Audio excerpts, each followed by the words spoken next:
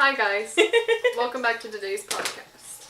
Today our episode is going to be about various situations in our lives where we kind of wish we had done something different because it would have been like really cool if we had done something different, you know? Yeah, things that would have made great stories. They make great stories now, honestly, and that's why we have an entire episode about it. Right. To start off, we'll start off with a really, really short one. It's not as like... Anyways, so when I was in middle school, around the time that Twilight was super huge, actually specifically near the release of Eclipse, the movie, there was an event hosted here in St. Louis at Union Station. They were having these all around the country, and there were various Twilight stars at each one. Now, because St. Louis is a pretty small city, we just got one of the members of the whole chariot. We didn't get, like, Edward Cullen, but, like, Seattle. Oh, so it was real actors from the movie? Real actors from the movie. Some places did have, like, Robert Pattinson, and some places had, like, you know, Taylor Lautner, but we had a random member from the Volturi, which he was still a cool guy. He really was. So basically, during this event, we got to go around. There was really cool vendors there. I got a henna tattoo that said Eclipse on it. I remember distinctly, like, afterwards I had an orthodontist appointment and the henna was still there, and all the nurses, like, all the ladies who were working on me were like, oh my god, that's so cute, like, where'd you get it? And I was just like, it is the cute things you're noticing. But so basically, during this event, at one point, the actors, and there was just one at ours, they went up and they were like, we're gonna pick people from the audience to answer trivia questions to win this actual Volturi robe, you know, from the set. And so me and that actor made dead eye contact.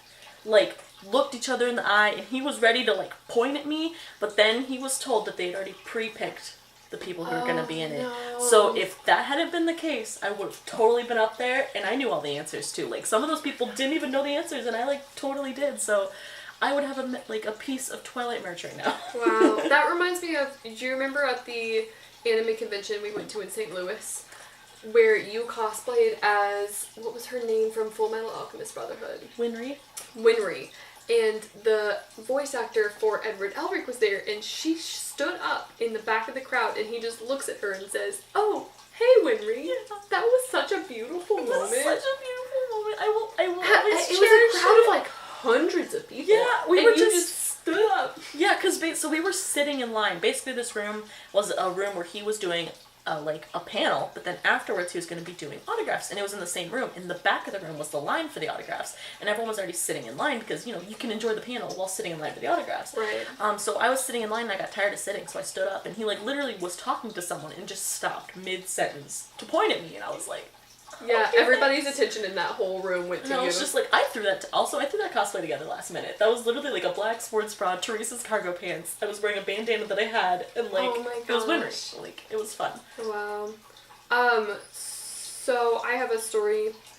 I've told you this 100 times. I'm ready. But so, whenever I lived in Farmington, I used to drive to St. Louis a couple times a year, maybe, to get maybe clothes or food, because there was a couple stores that sold exotic fruits and vegetables.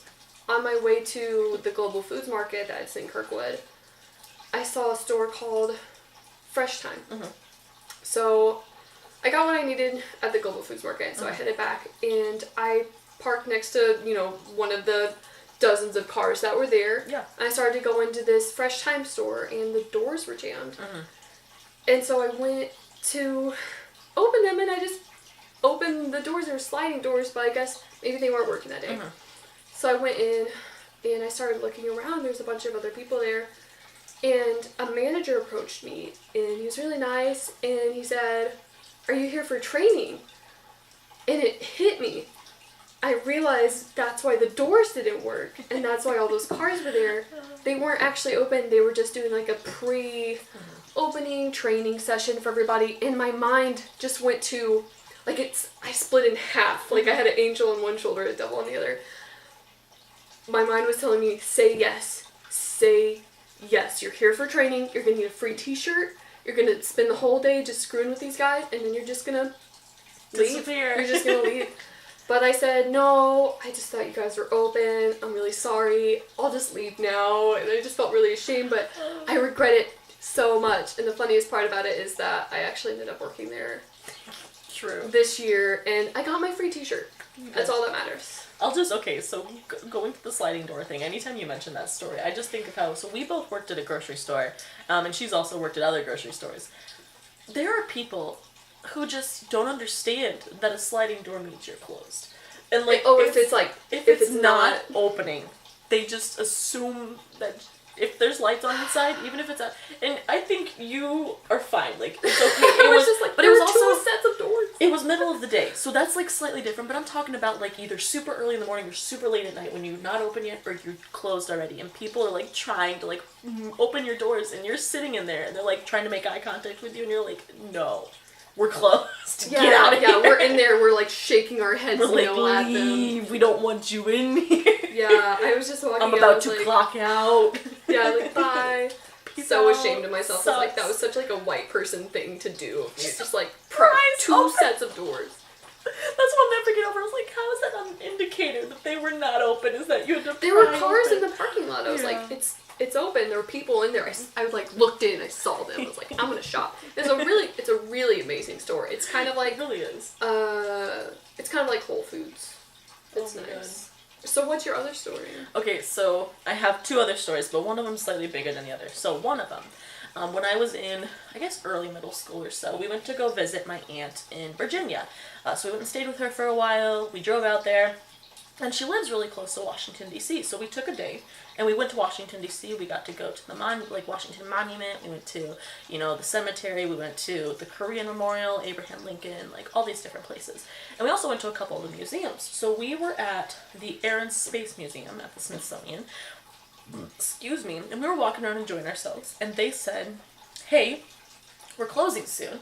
And they were closing early that day, and they're like, you gotta leave. And we're like, okay, time to leave. So we're all heading out the door, and the way that the doors worked is there was like 4 different doors there, and each door had like a rope, one of those things you see at movie theaters where you can just like pull it and latch it to the next one, and it retracts. They had those, and that's all that's separating you from each door, but it's just like for organization, because it's a large, in case of popular lines. museum. Yeah, for lines, because people have to like, I don't remember, I was young, but this is the details I do remember. So as we're leaving, there are people coming in, and I'm like, they're closing. Why are these people coming in?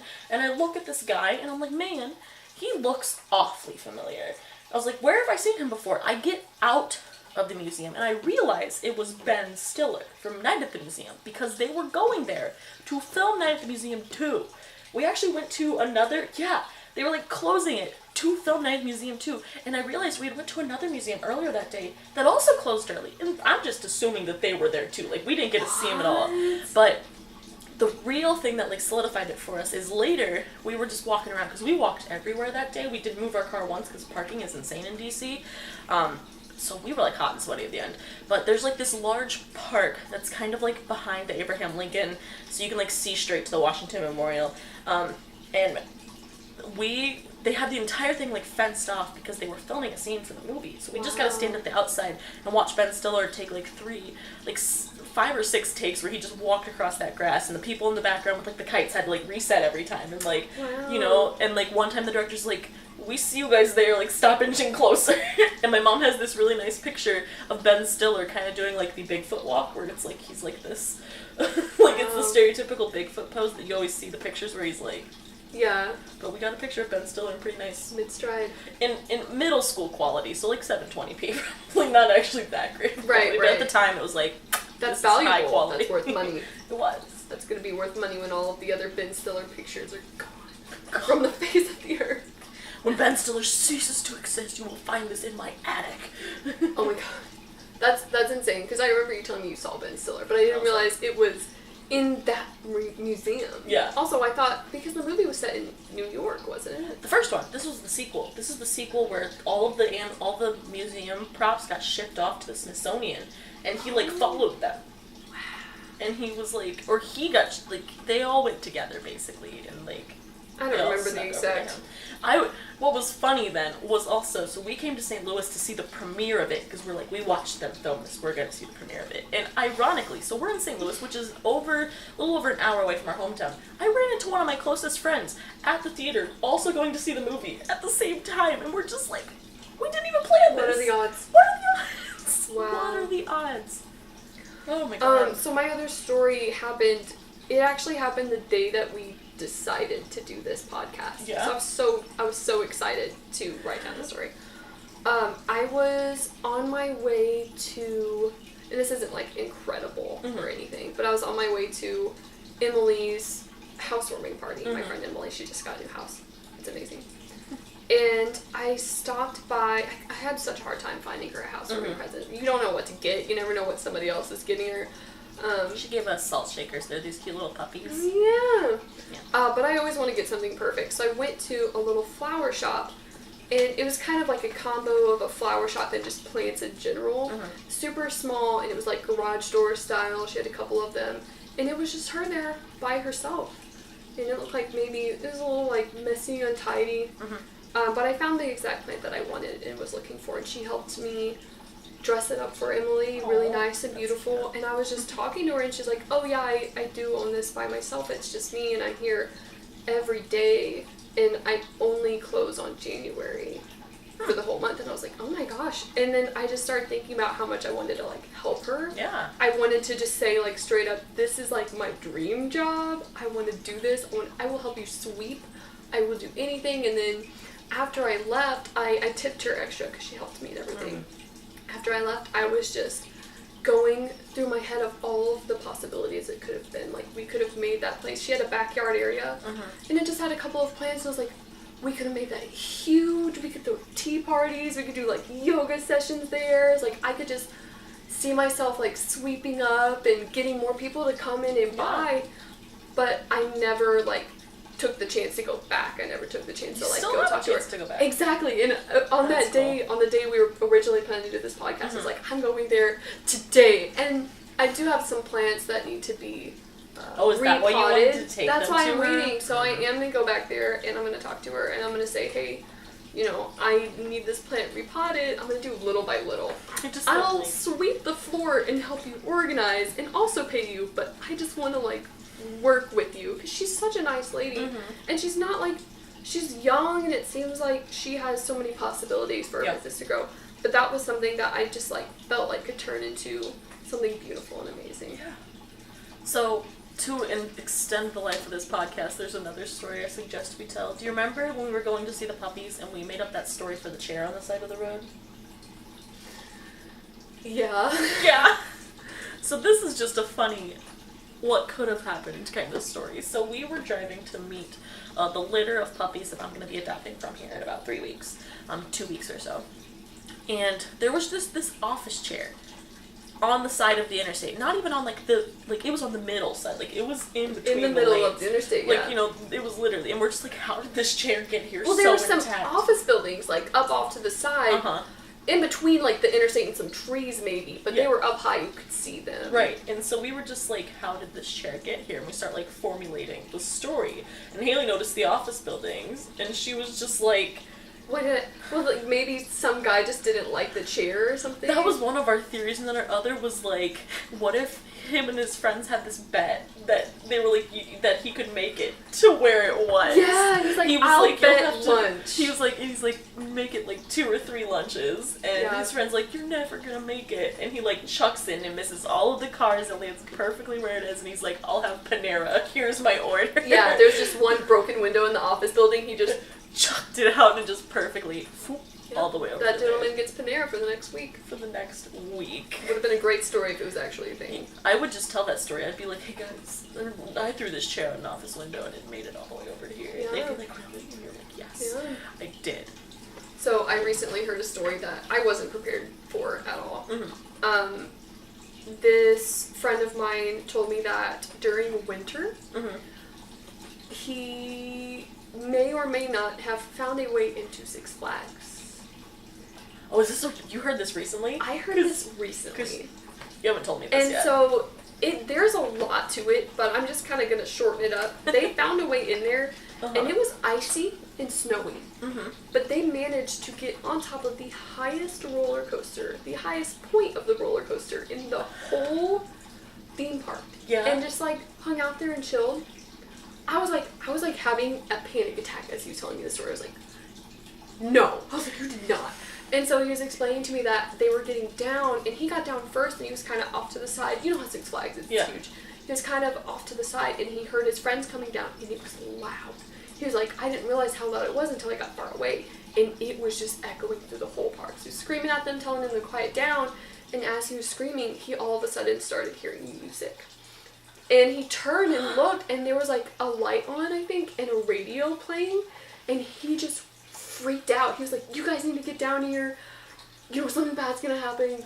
Hurry up, you know, I think someone's here. They got down, they investigated. It was fine. It was just a radio that would on. Scare me. That would. Yeah, they stayed there. That's the start of a horror film. I know. That is the start of a horror film. So they just stayed there and they hung out. And you know that area where you can go in and there's like the water ride, I think? It was just all ice, so they just stayed there and played for a little bit longer and hung out. And I think something else scary happened. But they just stayed and then left whenever they felt like. I was like, that was the craziest, most like anxiety-inducing story I've ever heard in my life. Oh my god. I'd be terrified. You know, the whole time, because it'd also be like one of those things, it'd be a liminal space. It'd be a liminal space, and if you guys don't know what a liminal space is, basically, there's a couple different definitions, but it's a place that's usually an in-between zone. So like, you know, for example, a waiting room in a hospital. That's not a place you stay very long because it's like the spot before the destination. So whenever you're in a liminal space, like a stairwell or an elevator for elongated periods of time, they just have a weird vibe about them. But the other one is, and the way that I always like to explain it is like, a liminal space is a space that it feels different than it usually does, because like, for example, if you go to school during the summertime and it's completely empty, it just doesn't feel right, because your brain always associates that with people being inside of it. So whenever it's empty like that, your brain is like trying to like fill in that blank, but it can't. Yeah, like a good example would be like an abandoned shopping mall, where usually you would see just like hundreds almost of people just like in the halls. Right, so like imagining like a snowy, empty Six Flags. That's that's like, truly a horror story waiting to happen. It would be. Like also climbing the roller coaster, imagine hearing that echoing. I like got goosebumps thinking about like, I literally got a girl right now thinking about like just like a clanging sort of echo throughout an empty Plus it's Six icy. Flags. Oh my god, yeah. That is a story. Yeah. Oh my god. That was extreme. So, my final story, though, about a what if is actually not about myself, it's about my father. I've told it to a couple people because my dad, he doesn't think anything of this story, but to me, it's just always bugged me ever since he told me. So my dad is the youngest of 8 kids. Whenever he was born, the oldest sibling was actually, like, moving out. So by the time he got to high school, a lot of the siblings were kind of already gone. He actually had 2 siblings above him who, so there was technically 10, but 2 of them passed away at a really young age. And I always wonder if any of them had ever, like, lived, if he would have even been born. You know? Like, if... Oh, I get what you mean. You know? Yeah. So anyways, he's the youngest, so he... Side note, he had like this emo phase as a kid, which I think I'd love to talk about later because he was just an emo child. But to be fair, his dad passed away when he was like in late middle school, early high school. So, but his dad was like 70, he had a heart attack.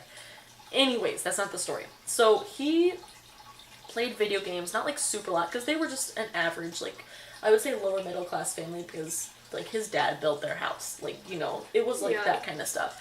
But he just has always had a knack for video games, even now, like Tetris, like Dr. Mario, Pac-Man, he loves Guitar Hero, like those types of games. Mario, that's like his jam. You know, he doesn't actually actively seek them out, but anytime we're playing it, he's there, you know? Yeah. And he's like a pro at them. Like, he's just really good. So apparently, there was this Pac-Man competition at Six Flags here in St. Louis, and he was in it. And he was like, you know, he was competing, he was in the final round, but him and his friend just went off and hung out, because to him, this wasn't a big deal. It was just like, he was here for fun, he was here to hang out at Six Flags. Just kicking it. Right, so him and his friend are going around riding Six Flags, and he missed the opportunity to compete in the final round. And he's like, I saw the competition, he's like, I would have won. Like, hands down, I would have won, and I would have whatever. And I'm just like, how would our lives, like, I don't know what that money would have been. I don't think he would have been, like, famous or anything, because no one knows anybody. How, like, on a small margin. Right. Different. Like, what kind of butterfly effect would that have caused if he had, like, actually... You'd probably have a Pac-Man machine at your house. Right. That would be, like, the difference. And he would be, like, he would have his own Pac-Man machine. Like, that was his prize. It was, like, he got a Pac-Man and that would be, machine. like, the conversation he starts with every new person he meets. He's like instead this of... is my new Pac-Man, this is my Pac-Man machine. It's, mine. I won it. Yes. If you look on the high scores, it's literally all my initials and then my daughter's at the bottom. Because she's not good, she's a puny. That's what your dad be. Or, like, it could have gone in a completely, really intense direction, and your dad becomes a super competitive Pac-Man player, and his name is in the Guinness Book of World Records. A gaming glove. Like, for when he's playing Pac-Man. He's never watched it because superstition. Like, it smells like the devil. He gets invited to challenges all over the world. He just slays. He just completely abandons his family life for Pac-Man. For Pac-Man. Suck. Like, the argument goes, if you love Pac-Man so much, why don't you have him do the dishes? And, like... And he just divorces your mom for Pac-Man. Yeah, for Pac-Man. He puts the big Pac-Man machine in the back of his truck and just drives away, and he's crying. Like, I'm never coming back. And the radio is just like, Pac-Man never Pac-Man abandoned me music. like this. Pac-Man never treated me like this.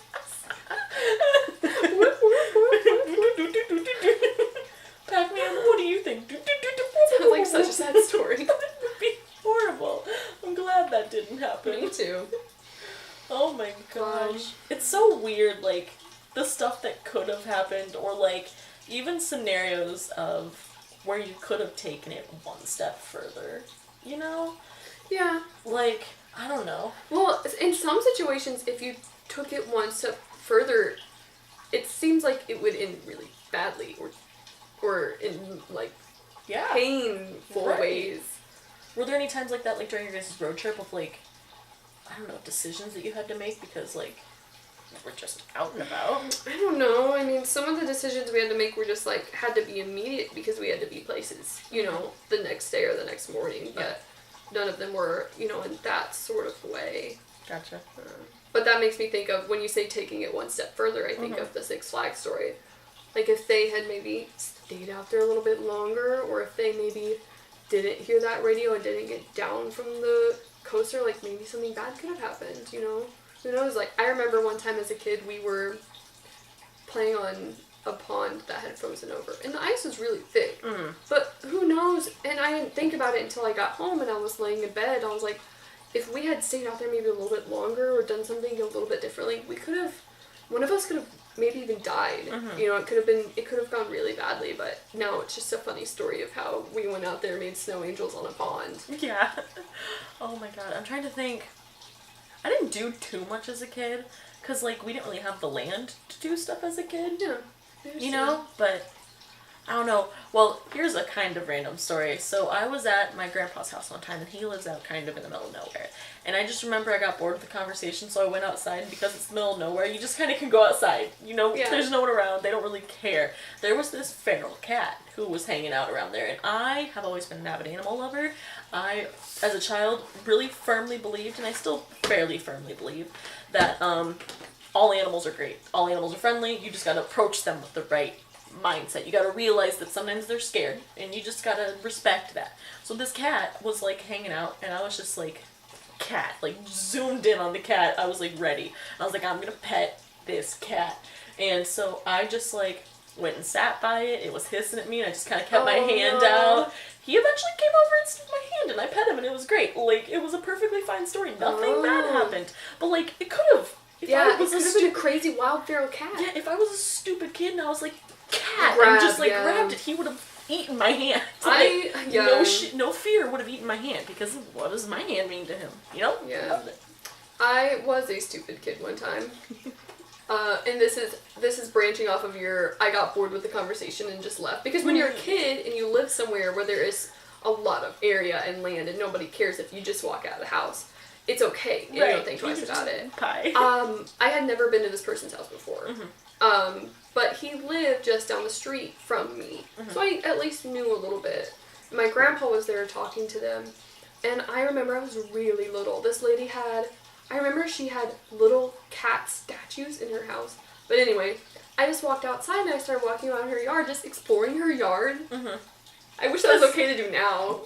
But anyway, I was just exploring her yard and I saw this little water area and I thought, water? I want to play in this. I really want to play in this water. And I remember I had white socks on and I got in the water and it smelled really bad. Yeah. It was poo water. Because we lived in a place where if I don't know what the deal is, but your poo water just goes in your backyard. It was the same way with my neighbor, my uncle, and my grandpa had like built a whole lagoon, but that's just how it was, and I didn't think about it, and so I just got out slowly, and I went back into the house, and my socks were now black, and I went in there, and I just sat down, and I don't remember what happened afterwards, but I assume they all knew. And my grandpa probably was like, it's time to go. Okay, bye. Okay. Curiosity got the best of me. Branching off the poo water story, this doesn't have anything to do with missed opportunities or anything. This is just funny. So my dad as a kid, going back to that, they used to have a creek that ran through the backyard. And I use the word creek very loosely. It was a very small brook. It was a brook. Yeah. And so their toilet would exit out into this brook. And what my dad said is they used to have a thing called poo races. And basically, that was where you went to the bathroom and you flushed and you sprinted to try to beat the poop to where it came out of because you could see it come out of the thing. Oh no, that's so nasty. But that's something you would totally do as a kid. If you knew your poop came out of a pot that you could see it, you'd be like, let's run, let's sprint. And so how do you race? Do you beat it? You gotta beat your own poop. So wow. That's it. So like you would flush and you sprint outside to try to beat the poop to where it'd come out of the pipe. Interesting. When you're a kid and there's no cell phones and there's no it doesn't matter. You just make a game. That's the game. It's a game.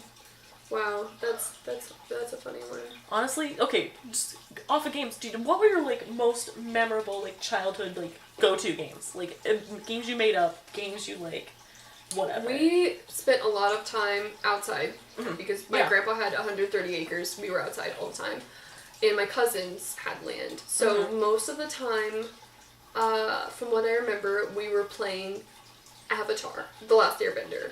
And we would always, it was me and my sister and whichever cousins we had with us. And we took our elements, which we all had assigned ones. Every time we played, it was the same one. And we just went crazy with it. You know, we built forts out of trees. We acted like we could control water. We led each other through adventuring. We acted like we had never been to this planet before. Right. And we just we were on a whole nother level. And it was beautiful sometimes, especially when you're out there in nature as a kid, and your imagination is just that big. It's so, so I was gonna say something from like when I was really little, but honestly like one of my most memorable like imagination ones was I was at my friend's house and they owned this rather large lake estates. It's very woodsy, but people can buy property and have lakeside property at these multiple lakes. So I was at her house and like one of my most memorable things was like we played wolves in the forest, and we were in middle school at this point, you know, but like if you really just let yourself over to that imaginative mindset, like you are in another world for a little bit there. You know, you just gotta. If any of you listening are like young kids still, and you're like before 13, or if you are 13, like there's no shame in that. It is fun. It is something I miss doing. Like I would love to go into the woods with you and just play wolves one day. Like, let's do it. Let's just embrace it. You know, we don't do it anymore as adults, and like it's really. Imagination it's really sad is so, to think about. Yeah, because like that was like you just kind of get deep in this mindset of like we're wolves and we're hunting and we're somewhere else and we're having a good time and like adventure. You know, Everything. You really do just like there's nothing. It's so like wholesome and like carefree and like honestly it encourages creativity. Like it's so cool, you know. Yeah. But my lame story I was gonna tell from my childhood is I distinctly remember like when I was in preschool, we had a special sandcastle recipe. So we had a sandbox in this preschool, and we had to add like 4 pieces of mulch, 2 pieces of grass, and some like if we could find it, water. Like wherever it was from, water. What? Because that makes the sand wet, and then you could like it held it shaped But better. the grass? Just that was our recipe. Was a special ingredient. That was the special recipe. And we would always play, we called it 100 horses, where literally we'd go on the fence and be like, all right, Ruby, let's go. And then we'd like do the horsey motion as you sprint around the place. And then you put Ruby up and you're like, all right, Casper. And you're like making names up at the top of your head. You're just running around riding your one of 100 horses. Wow. That was it. That's beautiful. I had my friend, who was like my best friend back then, she had like 4 horses. So that's really where my horse childhood came from, was like having a friend who actually had horses and getting to go occasionally. Spirit Stallion of the Cimarron. Best movie ever. Such a good movie. Like when you mentioned the sand thing, I I just had a faint memory, and we can probably do another podcast on just childhood stories. Yes, I'd be interested to do that. should. But your sandbox story reminded me of a time where my cousin Devin, who was one of my neighbors, had a sandbox attached to a whole like play place. Yeah. And for some reason, I don't remember exactly what happened, but we were eating Doritos, and then sand happened. We just ate sandy Doritos. It was because when your food gets ruined and you're a kid, the food is just ruined food. You're still gonna eat it. Yeah. And unless it's like muddy or like. have you ever had sand in your teeth? Have you ever eaten sand? Not on purpose. I want you to know it sucks. It really sucks because you can feel every single grain Oh my god. crunching. Okay, I've kind of crunched sand Not before. worth Not it. like, oh no, not even a little bit. It wasn't worth it. The You know. Doritos were okay, but Just so you know, the Doritos were fine. No, but that's definitely something I think we should revisit. Is we'll do another episode where we talk about like childhood memories. And yeah, stuff. I really want to. Yeah. But this is a really fun one. This was fun. It was good for me to like remember some of those situations. I've only had like a couple where it's like, what if, you know? Yeah. And you really shouldn't linger on them for too long. But sometimes it's fun to entertain. The Yeah, idea and of, it's like, always what interesting could to have hear happened. other people's stories. Yeah, you're just like, oh too. wow, that's so cool that you almost got to do that, even though you didn't. It's fine. Yeah. So on the next episode of Thought Hoarders, maybe we can talk about childhood stories. But thank you so much, guys, for listening today. If you like us, please make sure to like the video, check out our Facebook, subscribe on whatever platform you're on. It would really mean a lot to us. So YouTube, Google Play, iTunes, any of those. Yeah. We really want to hear your feedback because it's fun. It's more fun to have interactive stuff. So. Yeah, we're even on Instagram and SoundCloud if you're a SoundCloud kind of person. Yeah. But we will see you guys in the next episode. Thanks again. You guys have a wonderful week. Bye.